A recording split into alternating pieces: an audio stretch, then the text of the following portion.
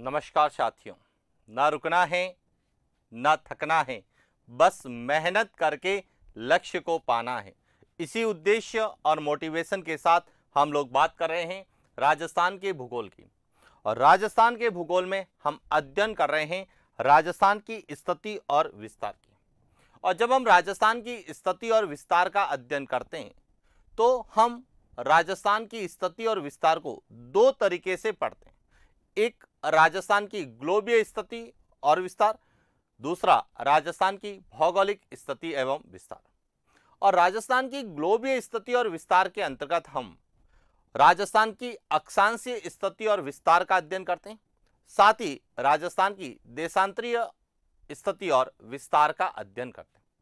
तो हमने राजस्थान की ग्लोबीय स्थिति के अंतर्गत राजस्थान की अक्षांशीय और देशांतरीय स्थिति तथा विस्तार का हमने विस्तार से अध्ययन किया है कि राजस्थान की अक्षांशीय स्थिति क्या है, राजस्थान का अक्षांशीय विस्तार क्या है और अक्षांशीय स्थिति और विस्तार को लेके हमें क्या पूछा जाता है। इसी प्रकार राजस्थान की देशांतरीय स्थिति और विस्तार का भी अध्ययन किया और राजस्थान की देशांतरीय स्थिति और विस्तार को लेके क्या हमें पूछा जा सकता है उसके बारे में हमने भी विस्तार से चर्चा की। लेकिन उसी श्रृंखला में राजस्थान में जो नए 19 जिलों का गठन किया गया है या 3 नए संभागों का जो गठन किया गया है, उसके आधार पर राजस्थान के अक्षांशीय विस्तार को लेके क्या परिवर्तन हुआ है, इसके बारे में भी हमने विस्तार से चर्चा की। और आज हम बात करने वाले हैं कि राजस्थान से गुजरने वाले देशांतर कौन से हैं और नए जिलों के गठन के बाद में वह देशांतर कौन से जिलों से गुजरेंगे या उनके संबंध में क्या प्रश्न पूछे जाएंगे। अब देखिए, समझना, अक्षांशों के संदर्भ में हमें संभाग को भी याद रखना है और जिलों को भी याद रखना है, लेकिन जब आप देशांतरों का अध्ययन करेंगे तो सामान्यतः केवल और केवल डिस्ट्रिक्ट को याद रखना है, जिलों को याद रखना है कि कौन सा देशांतर किन जिलों से गुजरेगा या कहां से गुजरेगा और किस तरह से प्रश्न पूछे जा सकते हैं, उन प्रश्नों पर बात करें। हालांकि जब हम अक्षांश और देशांतरों के का अध्ययन करते हैं तो अक्षांशों को लेके प्रश्न ज्यादा बनते हैं, देशांतरों को लेके कम प्रश्न पूछे जाते हैं। लेकिन जिन देशांतरों के बारे में प्रश्न पूछे जाने की संभावना है उनके बारे में हम अध्ययन करने वाले। तो देखिए, शुरुआत करते हैं राजस्थान की देशांतरीय स्थिति और विस्तार को समझते हुए राजस्थान से कौन कौन से देशांतर गुजरते हैं उनके बारे में चर्चा करते हैं। तो देखिए, हमने पहले अध्ययन किया कि राजस्थान का देशांतरीय विस्तार और स्थिति। तो राजस्थान की देशांतरीय स्थिति और विस्तार के अंतर्गत सबसे पहले हमने अध्ययन किया कि राजस्थान का जो देशांतरीय स्थिति है वह है पूर्वी गोलार्ध, यानी कि राजस्थान जो है पूर्वी गोलार्ध में ईस्टर्न हेमिस्फीयर में स्थित है। और इसके साथ ही हमने राजस्थान का देशांतरीय विस्तार भी अध्ययन किया कि राजस्थान 69 डिग्री 30 मिनट पूर्वी देशांतर से 78 डिग्री 17 मिनट पूर्वी देशांतर के मध्य स्थित है, जो कि राजस्थान का देशांतरीय विस्तार, यानी कि राजस्थान 8 डिग्री 47 मिनट देशांतरों के मध्य स्थित है। और देशांतरीय विस्तार के आधार पर ही हमने राजस्थान की पूर्व से पश्चिम चौड़ाई, राजस्थान का पश्चिमी बिंदु और राजस्थान के पूर्वी बिंदु के बारे में चर्चा की। लेकिन अब प्रश्न आता है कि राजस्थान से गुजरने वाले देशांतर कौन से हैं। तो अब उन्हें समझना है, तो एक एक को समझना है।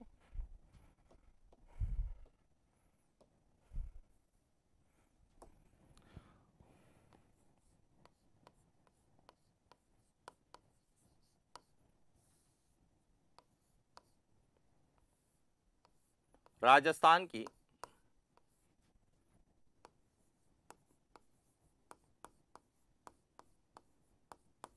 देशांतरीय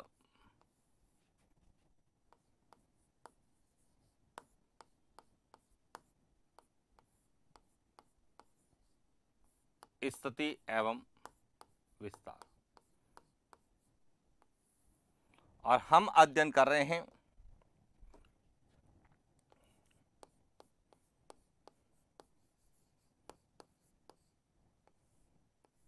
राजस्थान से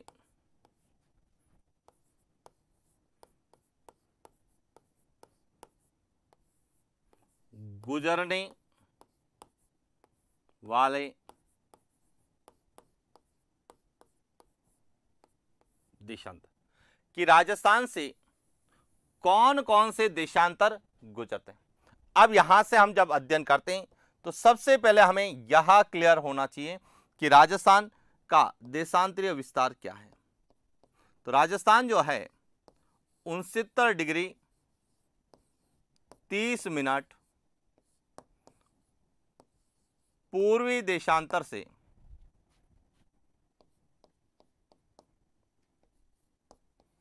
78 डिग्री 17 मिनट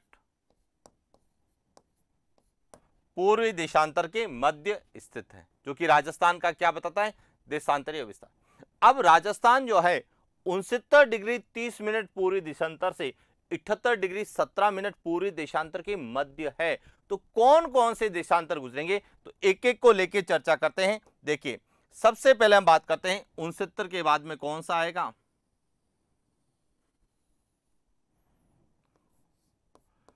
70 डिग्री पूर्वी देशांतर।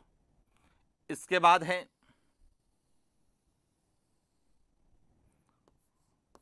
71 डिग्री पूर्वी देशांतर,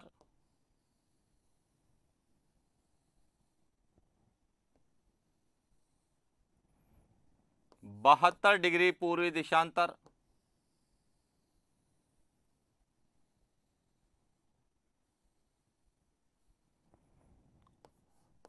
73 डिग्री पूर्वी देशांतर,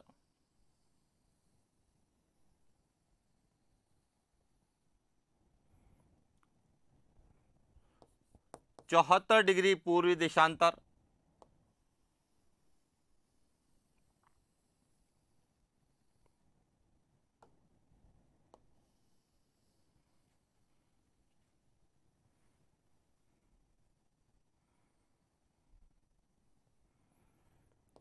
75 डिग्री पूर्वी देशांतर,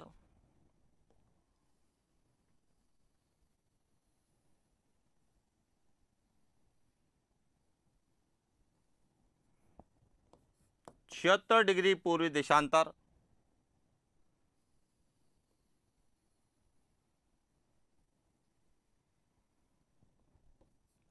77 डिग्री पूर्वी देशांतर और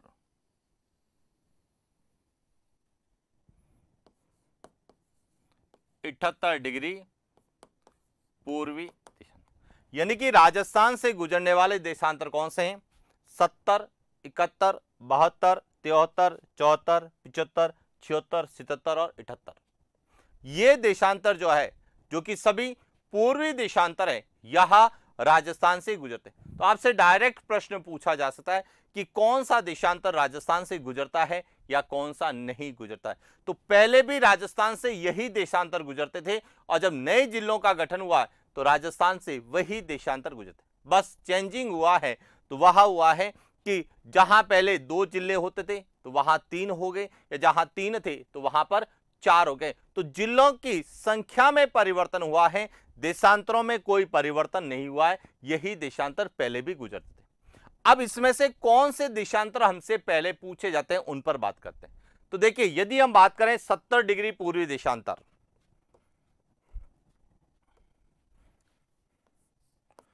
70 डिग्री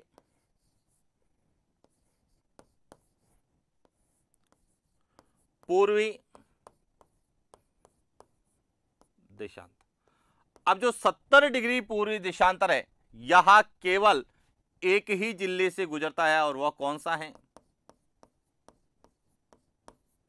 पहले भी यहां केवल जैसलमेर से गुजरता था और अब भी यहां जैसलमेर से गुजरता है। और इसीलिए कई बार प्रश्न पूछा गया है कि 70 डिग्री पूर्वी देशांतर राजस्थान के किस जिले से गुजरता है, तो केवल जैसलमेर जिले से गुजरता है। एक तो यह आपको क्लियर करना। इसके बाद दूसरा जो सबसे इंपॉर्टेंट है वह है 78 डिग्री पूर्वी देशांतर। 78 डिग्री जो पूर्वी देशांतर है, यहां राजस्थान के एक ही जिले से गुजरता है और वह कौन सा है। तो इसका मतलब एक तो 70 डिग्री पूर्वी देशांतर को आपको अच्छे से पढ़ना है और एक 78 डिग्री पूर्वी देशांतर को आपको अच्छे से पढ़ना है। 70 डिग्री पूर्वी देशांतर केवल जैसलमेर से गुजरता है और 78 डिग्री पूर्वी देशांतर केवल धौलपुर से गुजरता है। अब यहां से प्रश्न क्या बन सकता है, प्रश्न पूछा जा सकता है कि निम्नलिखित में से कौन से देशांतर राजस्थान के केवल एक ही जिले से गुजरते हैं। तो ध्यान रखना 70 डिग्री पूर्वी देशांतर केवल एक ही जिले से गुजरता है, जैसलमेर से, और 78 डिग्री पूर्वी देशांतर यह भी राजस्थान के एक ही जिले से गुजरता है, धौलपुर से। एक तो आपको इन दो देशांतरों के बारे में पूछा जा सकता है, और पहले भी स्थिति यही थी और वर्तमान में भी स्थिति यही है। क्लियर। इसके बाद दूसरी बात करते हैं, वह है 71 डिग्री पूर्वी देशांतर। अब जब हम 71 डिग्री पूर्वी देशांतर की बात करें तो 71 डिग्री पूर्वी देशांतर दो जिलों से गुजरता है, एक तो जैसलमेर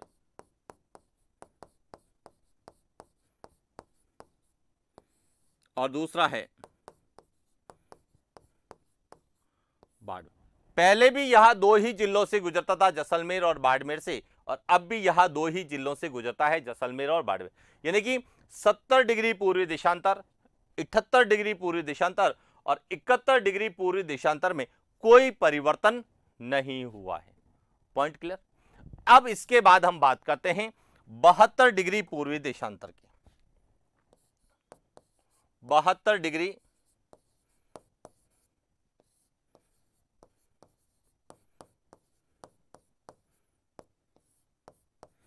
अब जो 72 डिग्री पूर्वी देशांतर है, यहां कौन से जिलों से गुजरता है? तो देखिए यहां शुरू होता है बीकानेर से। कहां से शुरू होता है? बीकानेर से। बीकानेर के बाद में इसकी कुछ सीमा जैसलमेर, जैसलमेर के बाद यह फलोदी, फलोदी के बाद यह बालोतरा और बालोतरा के बाद यह सांचौर, यानी कि 5 जिलों से गुजरता है।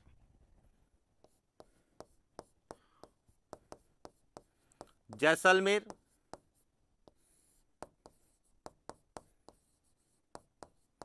बीकानेर,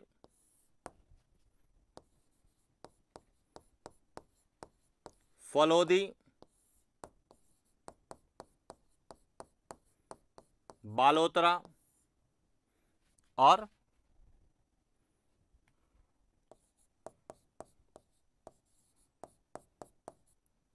यहां 5 जिलों से गुजरता। अब देखिए पहले भी यहां जैसलमेर, बीकानेर, फलोदी की जगह जोधपुर था, बालोतरा की जगह बाड़मेर था और सांचौर की जगह जालोर था।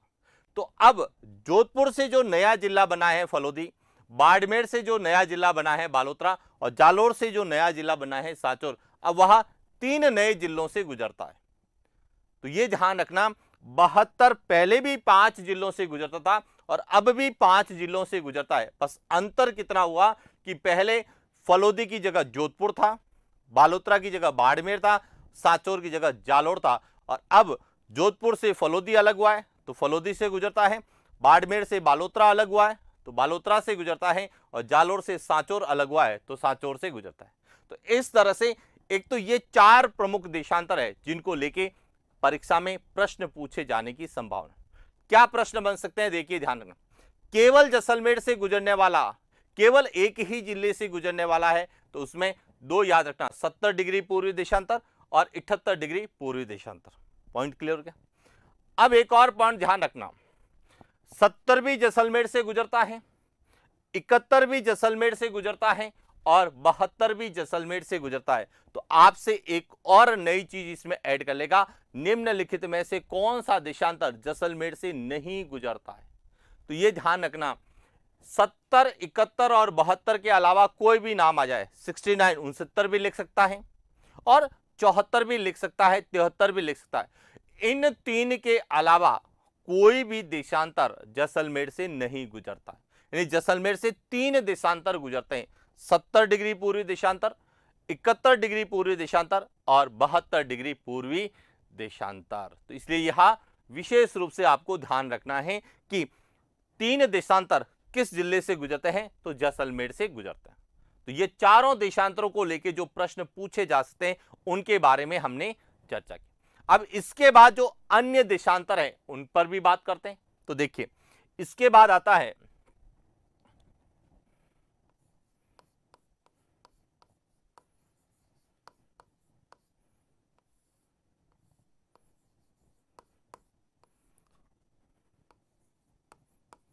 राजस्थान की देशांतरीय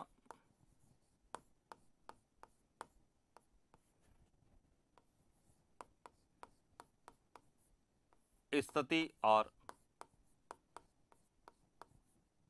विस्तार। अब हम बात कर रहे हैं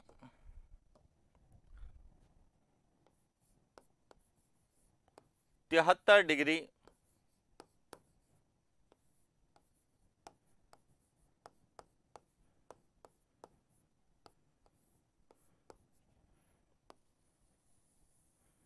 पूर्वी। अब देखिए, जब हम 73 डिग्री पूर्वी देशांतर की बात करते हैं तो ये कौन कौन से जिलों से गुजरता है? तो यहां शुरू होता है अनूपगढ़ से। कहां से? अनूपगढ़। अनूपगढ़ के बाद में आएगा बीकानेर। बीकानेर के बाद में आएगा फलोदी। फलोदी के बाद में जोधपुर ग्रामीण। जोधपुर ग्रामीण के बाद में पाली। पाली के बाद में जालोर और जालोर के बाद में यह सिरोही जिलों से गुजरता है। यानी कि यह राजस्थान के 7 जिलों से गुजरता है। कौन कौन से हैं?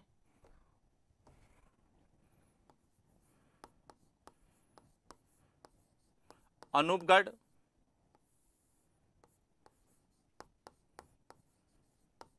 बीकानेर,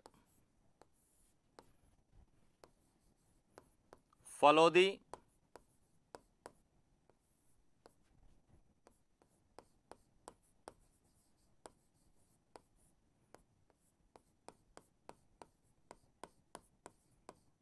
जोधपुर ग्रामीण, इसके बाद पाली, जालोर और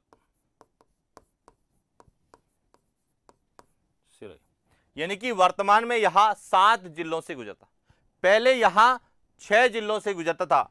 अनूपगढ़ यानी कि श्रीगंगानगर, बीकानेर, फलोदी और जोधपुर ग्रामीण को मिला दिया था जोधपुर, पाली, सिरोही, जालोर। यानी कि यहां जो गंगानगर से अलग हुआ है अनूपगढ़ और जोधपुर से जो अलग हुआ है फलोदी, उन जिलों से भी यहां गुजरता है। तो अब यह कितने जिलों से गुजरता है? 7 जिलों से गुजरता है। और यदि हम संभागों की बात करें तो यहां 3 संभाग से गुजरेगा। बीकानेर संभाग, जोधपुर संभाग और पाली संभाग। पॉइंट क्लियर हो गया?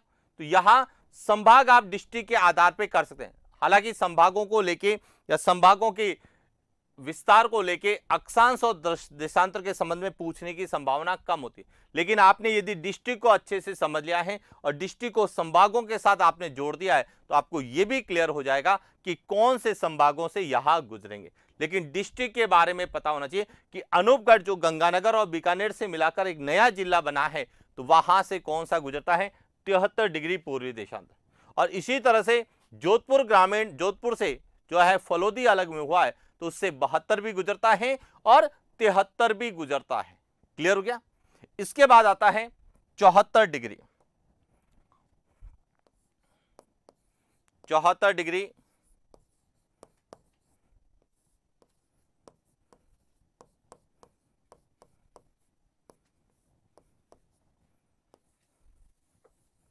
पूर्वी देशांतर।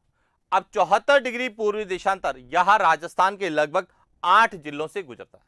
श्री गंगानगर से, उसके बाद बीकानेर, उसके बाद नागौर, फिर ब्यावर और ब्यावर के बाद में जो है राजसमंद,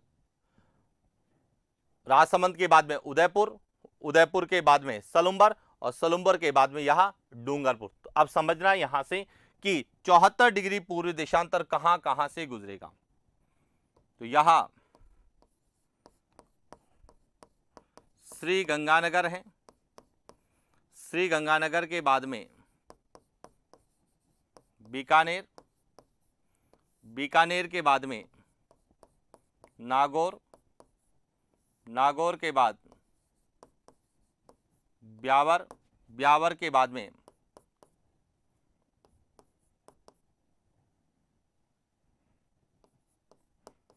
राजसमंद, राजसमंद के बाद में उदयपुर, उदयपुर के बाद में सलुंबर और सलुंबर के बाद में यह राजस्थान के 8 जिलों से गुजरता है। क्लियर हो गया? 1 2 3 4 5 6 7 और 8। इसके बाद आता है 75 डिग्री पूर्वी देशांतर।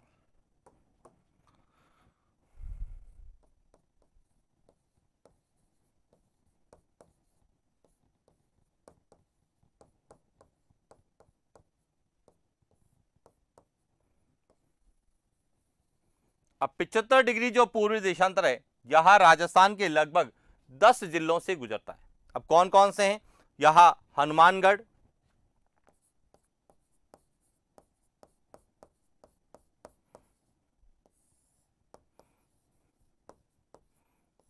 चूरू,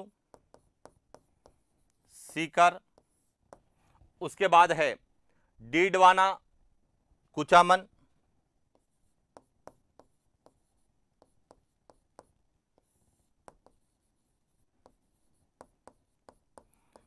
डीडवाना कुचामन एक है, ध्यान रखना।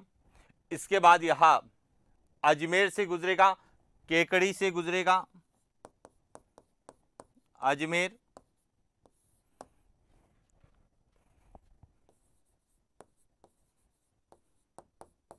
केकड़ी, केकड़ी के बाद में यह शाहपुरा, शाहपुरा के बाद में चित्तौड़गढ़, उसके बाद प्रतापगढ़ और उसके बाद बांसवाड़ा। तो इस तरह से पूर्वी देशांतर 75 डिग्री पूर्वी देशांतर राजस्थान के 10 जिलों से, यानी कि सर्वाधिक जिलों से गुजरने वाला देशांतर कौन सा है? तो वह है 75 डिग्री।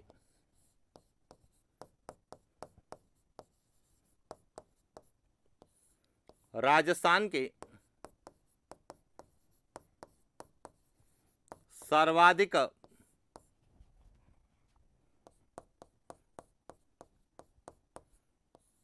जिलों से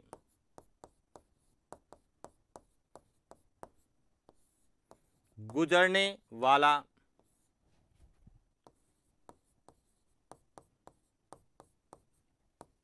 देशांतर। अब ध्यान रखना, जब हम अक्षांशों की बात करते हैं तो 25 डिग्री उत्तरी अक्षांश सबसे ज्यादा जिलों से गुजरता है, तो 75 डिग्री पूर्वी देशांतर यह भी सबसे ज्यादा जिलों से गुजरता है। क्लियर? वहां पे 27 डिग्री उत्तरी अक्षांश मध्यवर्ती अक्षांश है, लेकिन यहां पर यदि हम राउंड फिगर में बात करें तो 74 डिग्री पूर्वी देशांतर जो कि राजस्थान का मध्यवर्ती देशांतर माना जाता है। क्लियर? चले आगे। इसके बाद बात आती है 76 डिग्री पूर्वी देशांतर के।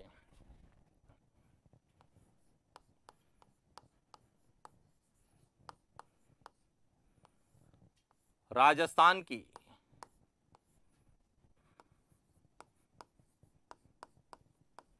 देशांतरीय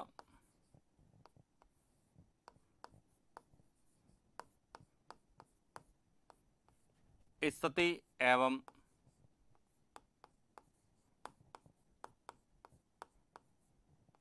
विस्तार, जिसमें है 76 डिग्री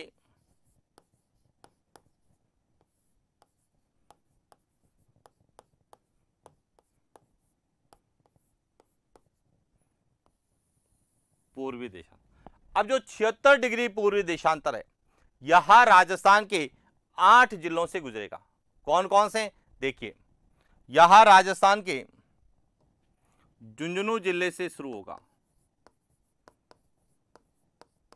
झुंझुनू, झुंझुनू के बाद में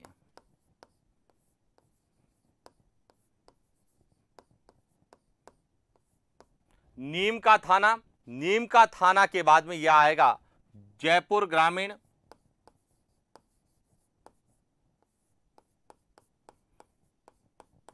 जयपुर ग्रामीण के बाद में यह जयपुर या जयपुर शहर यहां से गुजरेगा। उसके बाद यह टोंक, बूंदी, कोटा और झालावाड़। अब यहां पे जो सबसे इंपॉर्टेंट है समझने की, वो है हाड़ौती के पठार में या कोटा संभाग में किसी तरह का परिवर्तन नहीं हुआ है। कोटा संभाग में पहले वही 4 जिले थे, वर्तमान में भी वही 4 जिले। अब उसमें से 76 डिग्री पूर्वी देशांतर यह बूंदी, कोटा और झालावाड़ 3 जिलों से गुजरता है। तो किस जिले से नहीं गुजरेगा? 12 जिले से नहीं गुजरेगा। यह भी इंपॉर्टेंट है, ध्यान रखना। 76 डिग्री पूर्वी देशांतर कि कोटा संभाग के किस जिले से नहीं गुजरता है? तो 12 जिले से नहीं गुजरता। इसी प्रकार जब हमने अक्षांशों की बात की थी, तो जो 25 डिग्री उत्तरी अक्षांश है वह कोटा संभाग के झालावाड़ जिले से नहीं गुजरता है, वह बूंदी, कोटा और बारां से गुजरता है। तो देशांतर में ध्यान रखना, बूंदी, कोटा और झालावाड़ यह तीनों जो है 76 डिग्री पूर्वी देशांतर पर स्थित है। यानी 76 डिग्री पूर्वी देशांतर इन 3 जिलों से गुजरता है, लेकिन 12 जिले से नहीं गुजरता है। और इसके बाद एक और है, वह है 77 डिग्री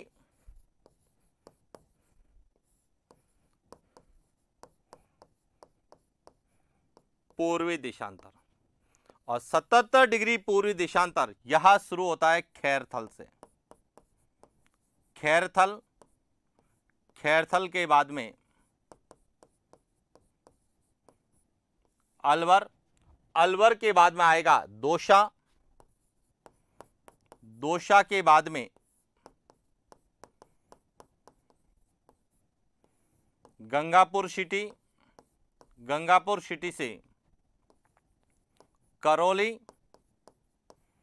करौली के बाद में सवाई माधोपुर की जो है पूर्वी सीमा,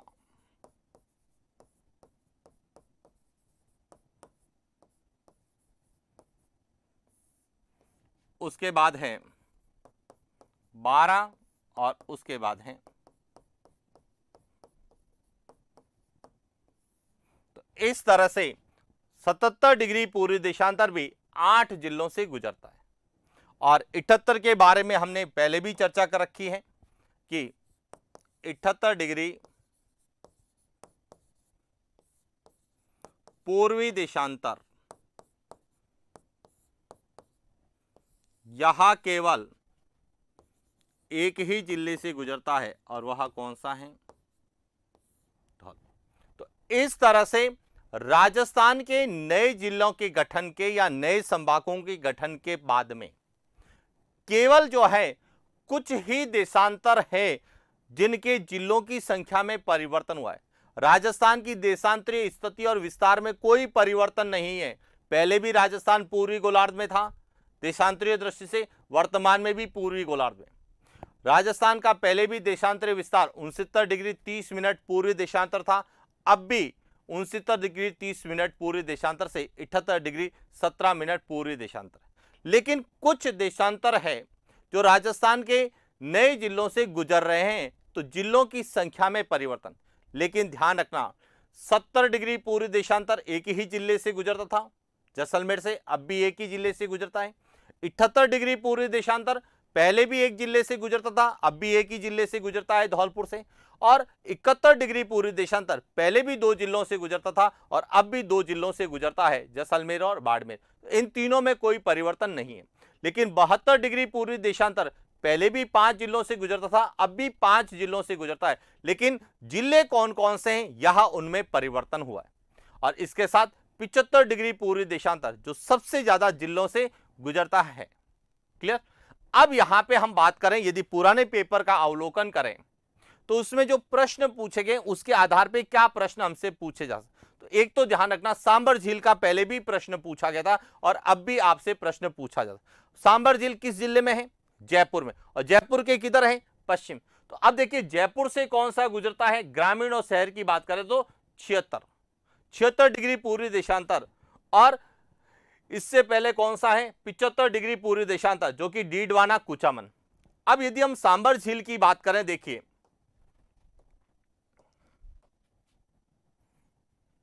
यहां जो सांबर झील राजस्थान की सबसे बड़ी और भारत की सर्वाधिक नमक उत्पादक आंतरिक खारे पानी की झील है, यहां है सांबर झील।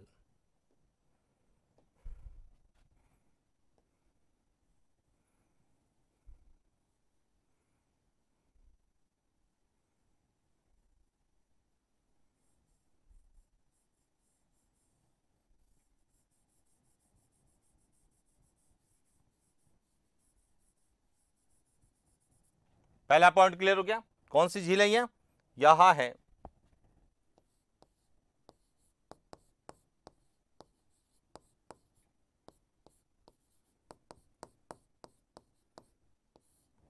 सांबर झील। अब सांबर झील किस जिले में है? तो हम कहते हैं वर्तमान में यह आएगी जयपुर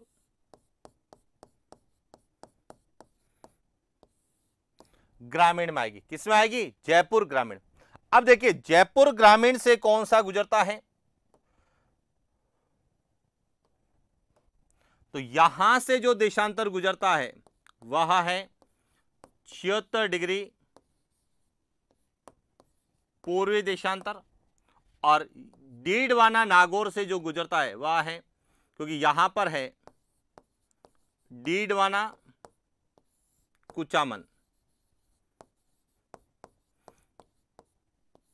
यहां है 75 डिग्री पूर्वी देशांतर। अब आप देखें कि सांबर झील जो है किन देशांतरों के मध्य मिलेगी? तो 75 और 76 के मध्य मिलेगी। और क्यों मिलेगी, किस प्रकार मिलेगी, इसका कारण आपको क्लियर हो गया कि सांबर झील जो पहले जयपुर में थी अब वह जयपुर ग्रामीण में, और जयपुर की सीमा यहां नागौर और जयपुर की सीमा पर थी, लेकिन अब यह डीडवाना कुचामन और जयपुर ग्रामीण की सीमा पर है। तो इसका मतलब है कि डीडवाना कुचामन से कौन सा देशांतर गुजरता है, जयपुर ग्रामीण से कौन सा गुजरता है, और इनके बीच में यह सांबर झील है। तो इसलिए ध्यान रखना, जब भी आप राजस्थान की प्रमुख झीलों के बारे में आप पढ़ें, विशेष रूप से जैसे आप बात करते हैं जयसमंद झील, अब कहां आ गई है? सलुम्बर में आ गई। तो अब वह कौन से देशांतरों के मध्य होगी? तो ध्यान रखना जयसमंद झील अब जो है वह 74 और 75 के मध्य आपको मिलेगी, जबकि सांबर झील जो है वह 75 और 76 डिग्री पूर्व देशांतर के मध्य स्थित है। तो इस तरह के प्रश्न एग्जाम में पूछे जाते हैं, और इसीलिए हमें यदि एक बार अच्छे से मानचित्र को इस तरह से ड्रॉ कर दिया, देखिए यहां इस तरह से राजस्थान के से गुजरने वाले देशांतरों को ड्रॉ कर दिया, और इसमें जो राजस्थान की जो प्रमुख स्थान है, जैसे हमने अभी बात की सांबर झील की, तो आपने सांबर झील को यहां पे ड्रॉ कर दिया, तो आपको पता रहेगा कि सांबर झील जो है वहां कौन से देशांतरों के मध्य है। इसी तरह से यदि हम बात करें जयसमंद झील की, तो जयसमंद झील अब यहां पर आएगी, यहां जयसमंद झील की बात करें। इसी तरह से यदि आपसे पूछा जाए लूणकरणसर, तो लूणकरणसर अब यहां पर आएगी, तो यह लूणकरणसर झील है। तो राजस्थान की जो प्रमुख झीलें हैं उनको तो विशेष रूप से आपको पता होना चाहिए। इसी प्रकार कई और चीजें, जैसे उदाहरण के लिए बात करें कि भौराट का पठार,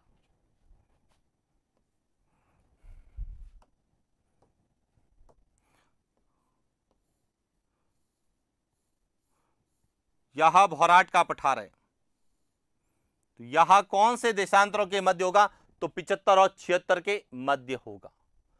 क्लियर हो गया क्या? तो इस तरह से राजस्थान के जो प्रमुख पठार हैं, राजस्थान की प्रमुख जो है झीलें हैं, या राजस्थान का कोई भी चर्चित क्षेत्र है वह कौन से। अब देखिए केवलादेव घना पक्षी विहार, केवलादेव घना पक्षी विहार कहां मिलेगा आपको? यहां पर मिलेगा।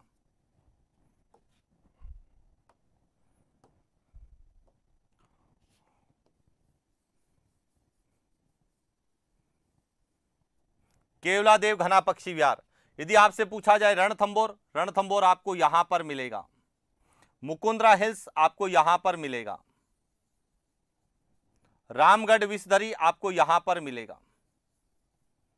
तो यहां राजस्थान के जो राष्ट्रीय उद्यान है, यहां कौन से देशांतरों के मध्य आ रहे हैं, तो यह भी आपको क्लियर होना चाहिए। अक्षांशों के दृष्टिकोण से भी पता होना चाहिए और देशांतरों के दृष्टिकोण से भी पता होना चाहिए, क्योंकि कई बार जब भी कोई परिवर्तन होता है तो विद्यार्थी जो है केवल जिले याद करके जाता है, डिस्ट्रिक्ट याद करके जाता है, संभाग याद करके। हाँ, हमें जिले भी पता होने चाहिए, संभाग भी पता होने चाहिए, लेकिन उन संभागों की क्या स्थिति है, और इसीलिए हमने राजस्थान की देशांतरीय स्थिति और विस्तार जिसमें परिवर्तन नहीं हुआ है उसको हमने बिल्कुल अलग से पढ़ा है, और जिसमें परिवर्तन देखने को मिला है हमने इसको अलग से पढ़ा है। और यदि राजस्थान का स्टैंडर्ड मानचित्र यदि आ जाता है और राजस्थान के अक्षांश और देशांतरीय विस्तार एकदम क्लेरिफाई राजस्थान के मानचित्र में होते हैं और उसमें कुछ भी जो हमने अभी पढ़ा है इसके अलावा कोई भी परिवर्तन देखने को यदि होता है या परिवर्तन होता है या कोई भी बदलाव देखने को मिलता है तो हम उसके अनुसार भी अपनी क्लास को अपडेट करेंगे और उस मानचित्र को पूरा आपको समझाने की कोशिश करेंगे कि क्या हमारे प्रश्न बन सकते हैं, क्योंकि हमने यह जो सीरीज चलाई है यह राजस्थान के नए जिलों के अनुसार है।